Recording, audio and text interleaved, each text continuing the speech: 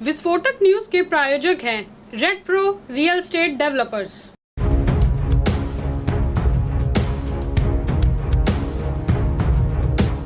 दिल्ली की जहरीली हवा और लोगों की परेशानी को लेकर सुप्रीम कोर्ट ने आज केंद्र और दिल्ली दोनों सरकारों को कड़ी फटकार लगाई है और कल तक प्रदूषण नियंत्रण को लेकर किए जा रहे उपायों पर हलफनामा देने को कहा है। कोर्ट ने कहा कि हम चाहते हैं कि प्रदूषण कम हो, हमें राजनीति से कोई मतलब नहीं है। कोर्ट ने सॉलिसिटर जनरल से कहा कि हमने पिछली सुनवाई में कहा था कि स्थिति बहुत खराब है, तत्काल उपाय करने की जरूरत है। आप जो बताए हैं वह सारे लॉन्ग टर्म सॉल्यूशन है, हमें तत्काल सॉल्यूशन चाहिए। दिल्ली एनसीआर में प्रदूषण मामले को लेकर सुप्रीम कोर्ट अब फिर से बुधवार को सुनवाई करेगा।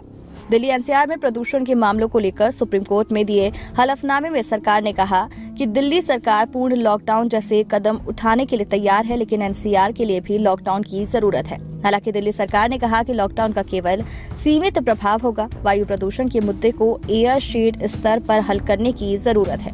वहीं केंद्र सरकार दिल्ली में लॉकडाउन के पक्ष में नहीं है। सॉलिसिटर जनरल ने कोर्ट में कहा कि दिल्ली सरकार को 2 उपायों पर सोचना था, ऑड इवन और दिल्ली में ट्रकों की एंट्री पर बैन। लॉकडाउन कड़ा कदम होगा। सुप्रीम कोर्ट ने प्रदूषण मामले को लेकर केंद्र और दिल्ली दोनों सरकारों को जमकर फटकार लगाई है। कोर्ट ने कहा कि हम आपको फोर्स नहीं कर रहे हैं, लेकिन आप किसानों से बात करें कि कम से कम 1 हफ्ते तक पराली ना जलाई जाए।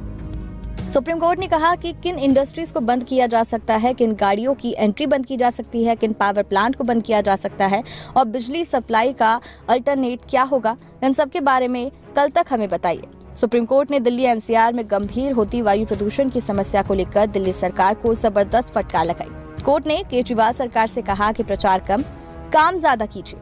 कितना पैसा आप अपना प्रचार करने के लिए खर्च करते हैं और कितना पैसा प्रदूषण नियंत्रण के लिए, इसके ऑडिट करने का आदेश देने के लिए हमें मजबूर मत करिए।